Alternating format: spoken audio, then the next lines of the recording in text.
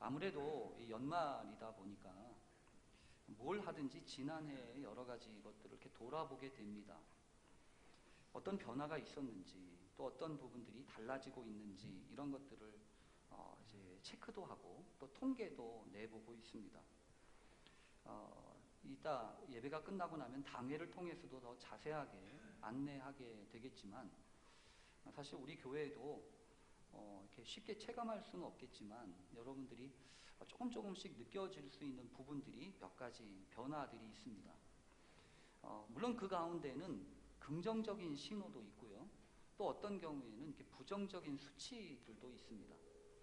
뭐 예를 들면 이런 수치들이 있어요. 이런 저희 교회에 올해 한 해 동안 1월부터 11월까지 우리 교회를 이렇게 오신 분들, 우리 교회를 한 번이라도 이렇게 다녀가신 분들의 숫자가 몇 명쯤 되실 거라고 생각하세요? 정확하게 말씀을 드리면 248명입니다.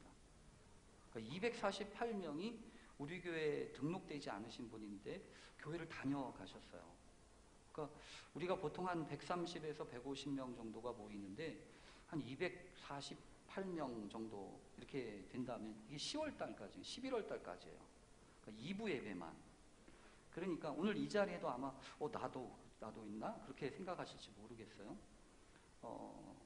이제 그렇게 어떻게 생각해 보면 생각지도 않게 많은 분들이 다녀가신 거죠. 근데 또 부정적인 수치도 있어요. 어떤 수치들이냐면 그 중에서 너무 커요. 160명 정도는, 165명 정도는 한 번만 오셨어요. 그러니까 그분들은 한 번만 교회를 다녀가신 거죠. 물론 개 중에는 장례 예식이나 무슨 또 결혼 예식이나 이런 것 때문에 이제 왔다 갔다 하신 분도 계시고, 또 이런저런 사정 때문에 오신 분도 계신데 248명 중에서 165명이 한 번만 왔다. 좀 생각해 볼 부분들이 있죠. 그 나머지 부분들은 한 30명 이상 되시는 분들은 2번, 그 다음에 3회 이상 계속 오시고 계신 분들은 약 35명 정도, 이렇게 수치가 이렇게 됩니다. 그러니까 이제 이런 일들 가운데 우리가 돌아보면서 우리가 어떻게 해야 되는지, 무엇을 더 좋게 해야 되는지에 대해서 고민하게 됩니다. 실제로 우리 교회가 여러 면에서 고령화되고 있는 건 사실입니다. 특히 2부 예배 오신 분들 가운데 많은 분들이 그렇게 이야기하시는 걸 제가 들어요. 뭐냐면 목사님, 이 평동교회는 젊은 사람이 없습니까? 이렇게 이야기를 합니다. 와서 이렇게 보시면 젊은 사람들이 잘 안 보이거든요. 근데 그럴 만도 합니다. 왜냐하면 사실은 저희 교회 젊은이들이 모이는 예배가 따로 있습니다. 그래서 1시 반에 모이는 예배가 젊은 예배라고 있는데, 예전에는요 이 젊은 친구들이 2부 예배도 드리고 오후 예배처럼 이렇게 1시 반 예배도 같이 드렸어요. 근데 이제 젊은이들이 하도 요즘 피곤하고 어려우니까 주일날 예배 한 번을 드리는 거예요. 근데 그 예배를 오는데 언제 오겠습니까? 1시 반 예배 오죠. 그러니까 여러분들하고 잘 만날 기회가 없는 거예요. 그러니까 여러분, 지금 이 자리에 앉아있는 젊은 친구들은요 대단한 친구들입니다. 왜냐하면 이 친구들은요 지금 예배 드리고 이따가 1시 반에 또 예배 드릴 친구든지 이런 친구들이란 말이에요.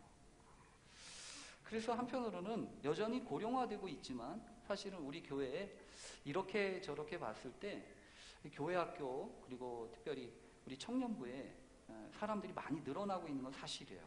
그러니까 이게 부정적인 면도 있고 긍정적인 면도 있습니다. 그러나 제가 중요하게 생각하는 건 이런 부분이에요. 겉으로 드러나는 여러 가지 현상도 중요하지만 사실은 그 내면에 있는 것들이 더 훨씬 더 중요합니다. 내면에 있는 것들이 뭐냐? 여러분, 이런 부분들이에요. 사람이 늘어나는 게 문제가 아니고 제자가 얼마나 늘어나고 있는가, 이거 아니에요? 아무리 사람이 많아지면 뭐합니까? 예수님의 말씀에 거듭난 제자가 없다면 그게 무슨 소용이 있겠어요? 그래서 하나님 앞에 우리가 기도해야 될 것 중에 한 가지가 뭐냐 하면, 하나님, 우리 교회 교인 수도 늘어야 되지만 제자가 늘어나게 해주십시오. 하나님의 말씀에 순종하고 그 말씀에 따라서 살아갈 수 있는 믿음의 사람들이 늘어나게 해주십시오. 그렇게 기도해야 합니다. 교회는요, 건물이 아닙니다. 교회는 사람도 아닙니다. 왜냐하면 이 교회 안에는요, 하나님의 손길이 있어요. 눈에 보이는 게 전부가 다가 아니고 하나님이 역사하셔서 일하시는 여러 가지 중요한 귀한 역사 가운데 담겨 있는 우리 모두가 되지 않겠습니까? 그래서 하나님, 올 한 해도 우리 평동의 자리에서 믿음의 자리에 이 자리에 와 계신 여러분, 또 앞으로 여러분들을 통해서 하나님이 일하실 여러 사건들과 또 계획들이 하나님의 뜻 가운데서 아름답게 이루어지게 되기를 간절히 축원합니다. 오늘 본문은요, 우리가 그동안 살펴보았던 것하고는 조금 문맥상 맞지 않는 그런 사건이 하나 소개되고 있습니다. 어떤 사건이냐면 예수님이 예루살렘을 유대를 향하여 이렇게 올라가고 계셨을 그때 예수님께 안수하고 기도해 주시기를 바라면서 어린 아이들을 데리고 어떤 사람들이 왔던 것 같아요. 그런데 예수님 곁에 있었던 제자들이 오늘 성경에 보면 꾸짖습니다. 꾸짖어요. 글쎄 여러분, 얼마나 많은 아이들이 왔는지는 잘 모르겠습니다. 그리고 얼마만큼의 개구장이가 왔었는지는 잘 모르겠어요. 근데 성경에서 분명히 드러나고 있는 것은 뭐냐 하면 예수님 곁에 있던 제자들이 이런 아이들을 자꾸 데리고 오는 그 부모들을 보면서 불편하게 여기고 또 그냥 둘 수가 없었고 못마땅하게 여겼다는 겁니다. 그래서 꾸짖었다는 얘기예요. 여러분, 꾸짖는다는 게 무슨 뜻입니까? 이 꾸짖는다는 말은 잘 타이른다는 말이 아닙니다. 이 꾸짖는다고 하는 얘기는 엄격하게 따져가지고 잘잘못을 지적하고 혼을 내서 질책하는 것을 꾸짖는다고 얘기합니다. 그런데 여러분, 그동안 제자들의 모습을 생각해 보면 주님을 찾아왔던 사람들한테 이런 식으로 대하지는 않았습니다. 대놓고 뭐 이렇게 얘기하지는 않았지만 그래도 그동안의 여러 가지 패턴을 이렇게 잘 생각해 보면 예수님의 제자들은요, 적어도 따뜻한 마음을 가지고 있었다고요. 그래서 두로와 시돈 지방에 갔을 때 그곳에서 귀신 들린 딸을 둔 그 어머니가 와서 불쌍히 여겨주세요, 나를 좀 도와주세요 라고 이야기를 할 때에도 오히려 예수님은 아무 말씀도 안 하고 가만히 계셨는데 예수님의 제자들이 예수님, 저 뒤에서 저 불쌍한 여인이 지금 부르고 있습니다, 찾고 있습니다, 좀 도와주십시오 라고 이야기를 하지 않았습니까? 또 예수님이 변화산에 올라가셨을 때에도 예수님이 안 계셨지만 찾아왔던 그 귀신 들린 아들을 두고 그 안타까워하고 있던 그 사람을 어떻게든지 도우려고 이것도 해보고 저것도 해봤던, 물론 비록 고쳐주지는 못했지만 그랬던 사람들 아닙니까? 근데 오늘 성경에 보면 그러지 않았다는 거예요. 왜 그랬을까요, 여러분? 어쩌면 그런 생각이 들기도 합니다. 아마 애들 데리고 와서 그런가? 아마 그 지방에 유력한 사람들을 데리고 왔더라면 제자들이 이렇게는 하진 않았을 텐데, 이런 생각도 들고요. 또 한편으로는 어떤 생각이 드냐 하면 제자들이 상당히 날카로워졌다는 겁니다. 제자들이 상당히 여유가 없어졌다는 거예요. 제자들이 왜 그렇게 됐을까요? 근데 성경을 잘 읽어보면 여러분, 그런 징후가 이 19장에 등장을 해요. 왜냐하면 여러분, 제자들 처음에 순수하지 않았습니까? 어디 물들어가지고 말이에요, 어디에 이렇게 쪄들어가지고 정치적인 색깔을 드러내고 뭐 그런 사람이 아니었어요. 그냥 현장에서 일하다가 예수님의 말씀 앞에 나를 따라라 이래가지고 예수님 따라가기에, 그리고 즐거운 마음으로 따라가면서 예수님의 말씀을 들을 때 기쁨으로 받았던 사람들이 제자들 아니었습니까? 그래서 예수님은 비유의 말씀들을 제자들에게는 특별하게 더 많이 설명을 해주시지 않았어요? 그런데 말이에요, 그렇게 예수님의 말씀을 들었던 제자들이 조금씩 달라졌어요. 어떻게 달라졌냐 하면, 여러분 혹시 기억하십니까? 지난주에 이혼과 결혼에 대해서 이야기하시면서 함부로 이혼하면 안 된다, 그렇게 이야기하셨던 주님의 말씀이 있었잖아요. 그런데 성경에 보면 그 말씀이 맞춰지고 난 다음에 마지막 부분에서 제자들이 이야기를 합니다. 다른 사람이 아니고 제자들이요. 뭐라고 하냐면 만일 사람이 그렇게 하라고 하면 예수님 차라리 장가들지 않는 게 좋겠습니다. 여러분 이게 말이 됩니까? 차라리 그렇게 하려면 이혼하는 게 그렇게 힘들면 차라리 장가 안 되는 게 낫겠네요. 물론 여러분 요즘에도 그런 친구들이 있는 것을 제가 압니다. 요즘에 사실 제 젊은 친구들이 결혼을 한다는 거가 상당히 어려워요. 왜냐하면 결혼이라고 하는 것 때문에 포기해야 될 게 너무너무 많잖아요. 그래서 실제로 세상에서 이렇게 보면 결혼 정년기라든지 이런 것들이 점점 늦춰지고 있지 않습니까? 근데 이거는 그런 얘기가 아니고 그런 얘기가 아니라 예수님이 말씀하셨잖아요. 예수님이 말씀하셨는데 다른 사람도 아니고 제자들이 뭐라고 하냐면 아이고 예수님 그럴 바에는 차라리 결혼을 안 하는 게 낫겠습니다 라고 이야기를 했다는 것은요, 지금 뭔가 제자들이 불편한 거예요. 예수님이 말씀을 하시면 아멘 해도 좋을까 말까인데 아멘이 아니고 예수님 차라리 그럴 바에는 결혼 안 하는 게 낫겠어요 라고 이야기를 하고 있으니까 여러분 뭘 보셔야 되냐면 제자들이 지금 뭔가 바뀌었다는 겁니다. 그래서 오늘 19장에도 보면 이런 말씀이 또 있어요. 오늘 성경 다음 주의 얘기인데 어떤 한 청년이요 예수님한테 와가지고 묻습니다. 예수님 내가 무슨 선한 일을 해야 영생을 얻겠습니까? 이렇게 질문을 하니까 예수님이 왜 나한테 선하다고 하냐? 선한 사람은 하나님밖에 없으신데 가서 계명을 행하라. 이러니까 이 사람이 나 계명 다 행했는데요. 이러니까 예수님이 아예 대놓고 얘기하시죠. 그러면 네가 가지고 있는 거 다 팔고 가난한 사람한테 주고 너는 나를 따라라. 이러니까요. 이런 말씀 앞에 이 청년이 왔다가 더 실망하고 이거 어떻게 해요? 무슨 중간이 없으니까 공연히 예수님한테 말 잘못했다가 실망하고 돌아갑니다. 근데 말이에요. 그리고 난 다음에 예수님의 제자들이 또 띡하니 하는 말이 있어요. 뭐라고 하냐면 성경에 보면 이랬습니다. 25절에 보면 19장 25절에 보면 이렇게 써 있어요. 제자들이 듣고 몹시 놀라 이르되 그렇다면 누가 구원을 얻을 수 있겠습니까? 여러분 이게 무슨 말이에요? 그렇다면 누가 구원을 얻을 수 있겠습니까? 이거 구원 이렇게 얻기 힘들어가지고야 되겠습니까? 라는 얘기 아니에요. 그러니까 제자들이 지금 이상해요. 제자들이 예수님이 하시는 말씀에 대해서 이런 말을 뭐라고 하냐면 자꾸 토단단 말이에요. 자꾸 토다는 거예요. 아멘 하는 게 아니라 자꾸 토다는 거예요.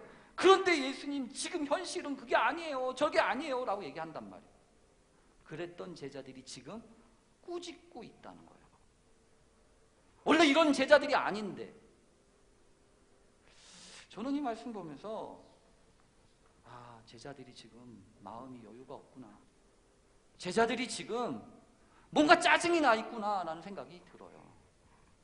여러분 달라질 수 있는 거는 뭐 어디나 그렇습니다. 시간이 지나면 달라지지요.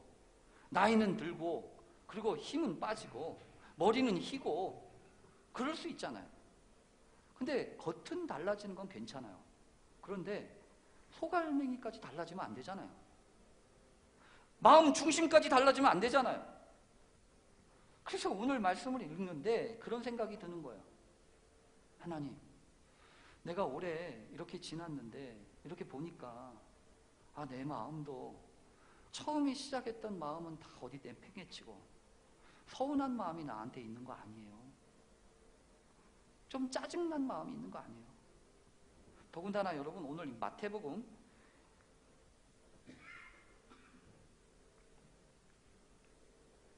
27장 19장 27절에 보면 제자들이 했던 결정적인 말이 한 마디 더 있어요.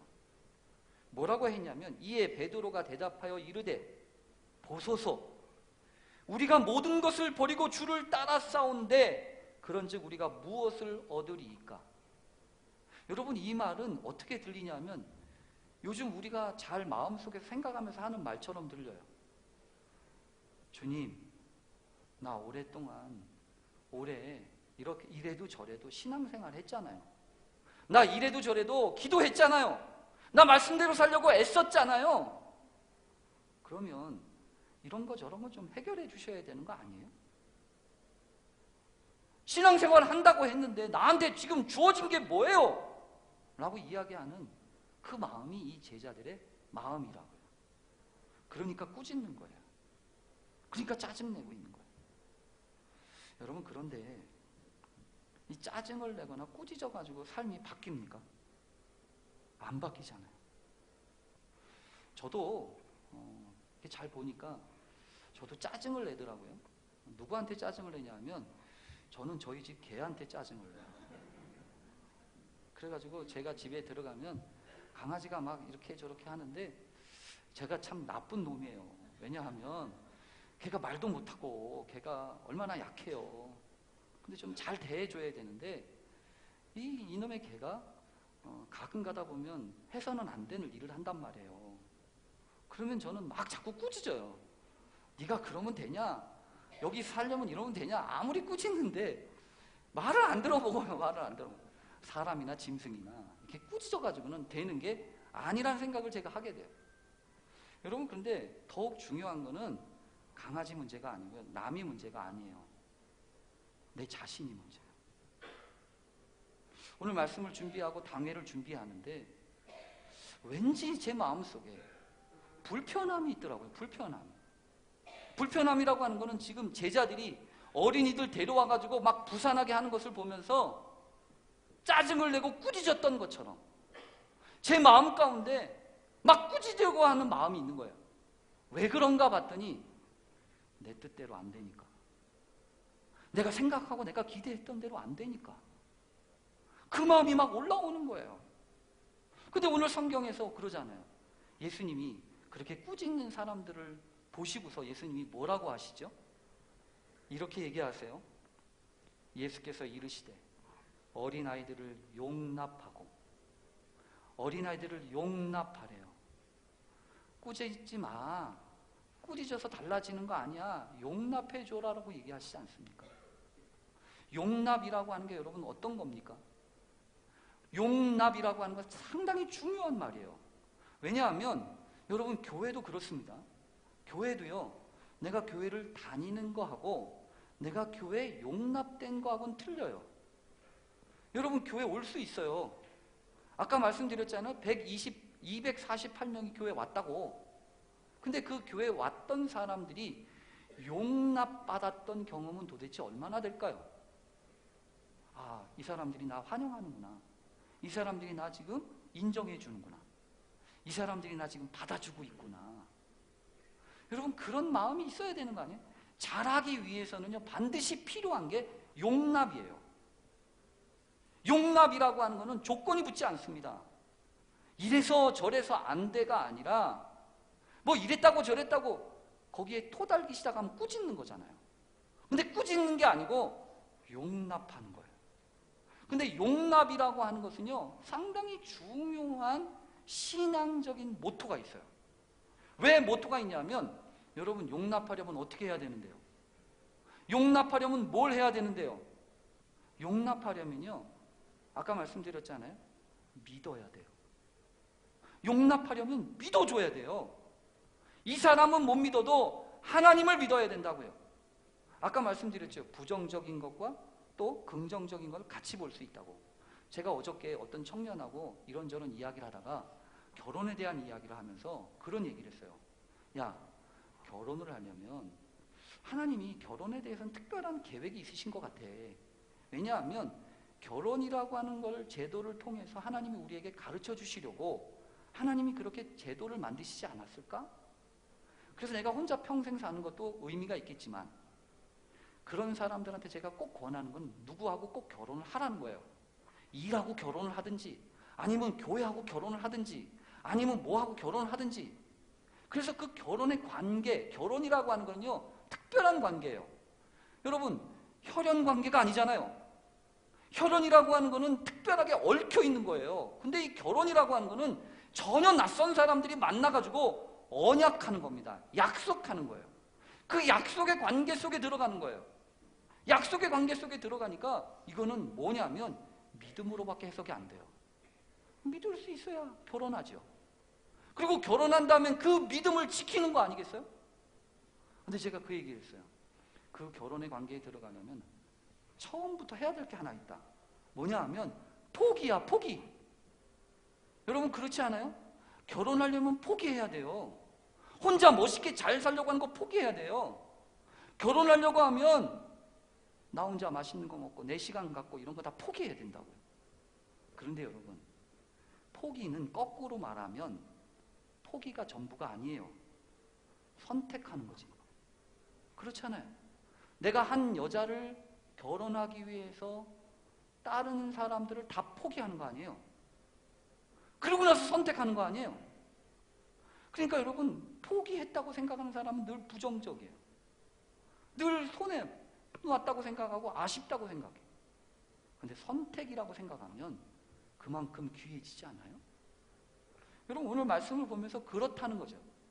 아이들 꾸짖지 말고 용납해라 라고 하는 말씀은요, 믿음으로 어떤 상황이 됐건 어떤 일이 벌어지건 그거 용납해주고 인정해주고 받아주라는 거예요. 여러분 그래야 성장합니다. 그래야 달라지기 시작합니다. 그리고 더군다나 오늘 본문에 보면 예수님이 하시는 말씀이 하나 더 있어요. 내게 오는 것을 금하지 말라. 금하지 말래요. 금하지 말래요. 여러분 금하지 말라는 거는 무슨 얘기냐면 자꾸 이런 조건 저런 조건 달아가지고 못하게 하지 말라는 거예요. 이렇게 하지 마 저렇게 하지 마 금지하지 말라는 거예요. 오늘 성경을 보면서 그런 생각이 들었어요. 이거는 단순하게 어린이들에 대한 이야기가 아니에요. 인간관계에 대한 이야기가 아니라고요. 무슨 얘기냐면 예수님이 그래서 마지막에 이런 말씀 하시잖아요. 천국이 이런 사람의 것이니라. 지금 인간관계 얘기하는 게 아니고 주님의 관심은 뭐냐 하면 천국의 원리를 가지고 살아가면서 천국을 확장하는 사람이 있는가 하면 천국을 축소하는 사람이 있다는 거예요. 여러분 교회 와서도 천국을 축소하는 사람이 있어요. 이거 안 돼, 저거 안 돼. 자꾸 금지하는 사람들. 이렇게 하면 안 되잖아. 저렇게 하면 안 되잖아. 여러분 신앙은 그런 게 아니에요. 안 되긴 뭐가 안 돼요. 그럼에도 불구하고 되게 하시는 게 하나님의 은혜예요. 그게 은혜라고. 여러분 대단히 죄송해요. 자녀들 이길 수 있습니까? 자녀들 여러분 마음대로 이렇게 저렇게 조종할 수 있습니까? 이거 안 돼, 저거 안 돼. 금지해 보세요. 여러분 그 금지한다고 여러분 그 자녀들이 여러분의 틀 안에 들어옵니까? 안 되잖아요. 만약에 저희 장모님이 장인어른이 쟤하고 결혼하면 안 된다 라고 얘기해서 그것을 끝까지 고집했더라면 저는 결혼도 못했어요. 안 된다고요. 그 금지해가지고는 지킬 수가 없다고요. 천국은 금지 팻말로 지키는 게 아니에요. 오히려 있죠. 천국은 확장됩니다.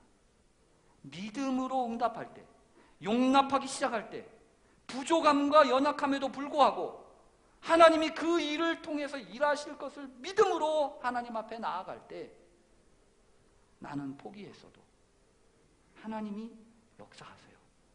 그게 천국의 역사라고요. 여러분 그 천국을 누리는 그런 삶을 사십시오. 어떻게 해든지 어떻게 해든지 한 해를 돌아보면서 속상한 거 있으시죠? 아쉬운 거 있으시죠? 그렇다고 꾸짖지 마세요. 그렇다고 내치지 마세요.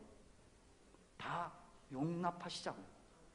하나님의 은혜 가운데에서 하나님 내가 믿음으로 받으면 감사함으로 받으면 버릴 것이 없다고 하셨으니 하나님의 은혜를 따라 내 삶 속에 되어지는 모든 것들이 천국으로 들어가는 문 되게 해주세요.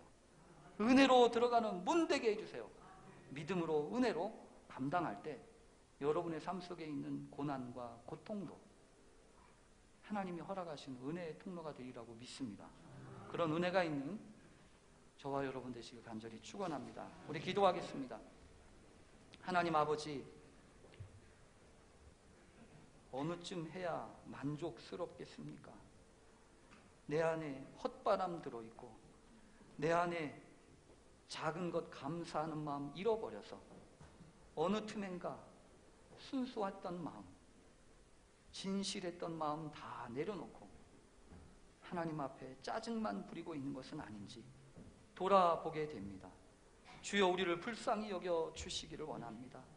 주님의 은혜와 그 크신 사랑 가운데 우리의 인생이 주 앞에 달려 있사오니 주여 붙들어 주시고 서로 도우며 하나님의 은혜로 서로 용납하며 합력하여 선을 이루어가는 귀한 믿음의 자녀들이 다 되게 해 주옵소서.